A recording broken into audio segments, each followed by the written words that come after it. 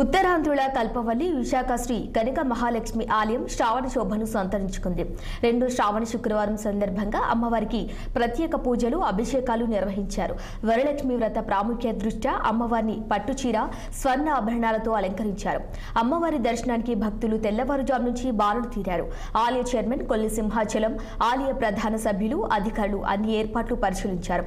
ఉత్తరాంధ్ర జిల్లాల నుంచి వచ్చిన భక్తులకు ప్రత్యేక పూజలు ఆచరించి కోరిన కోరికలు నెరవేరాలంటూ ప్రత్యేక పూజలు చేసుకున్నారు.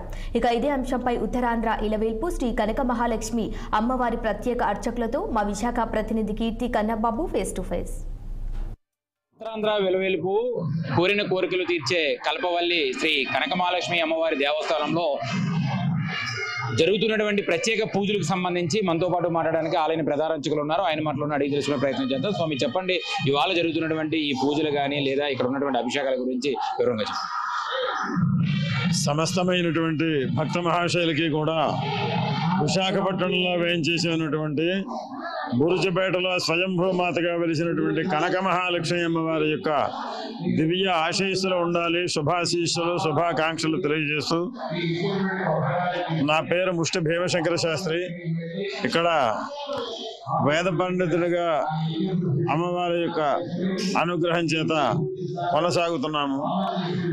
అయితే ఈవేళ వరలక్ష్మి వ్రతం కనుక ప్రతిరోజు నిత్యార్చనలో భాగంగా అమ్మవారికి మేలుకొలుపు కలిపి పంచామృతముల చేత అభిషేకించి సహస్రనామాదుల చేత అర్చించి సమస్తమైనటువంటి భక్తులకు కూడా దర్శన భాగ్యం కలిగించడం జరిగింది.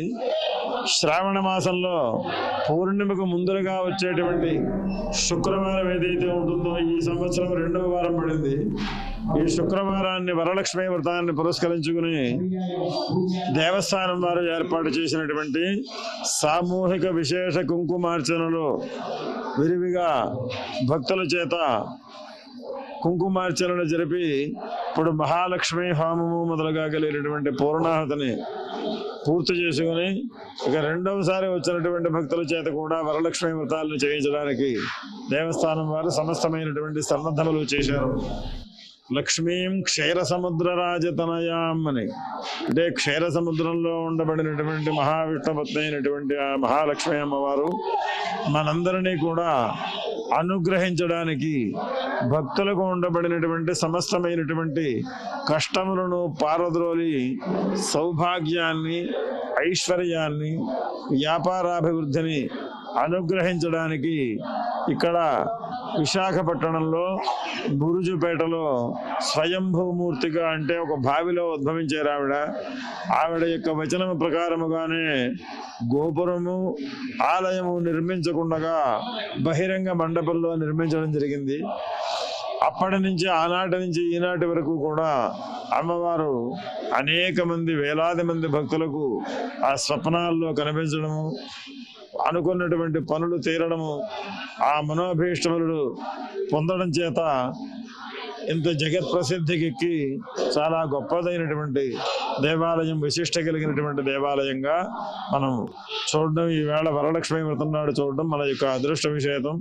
ఈ అందరికీ కూడా అమ్మవారి యొక్క ఆశీస్సులు ఉండాలి అని చెప్పి తెలియజేస్తున్నాం.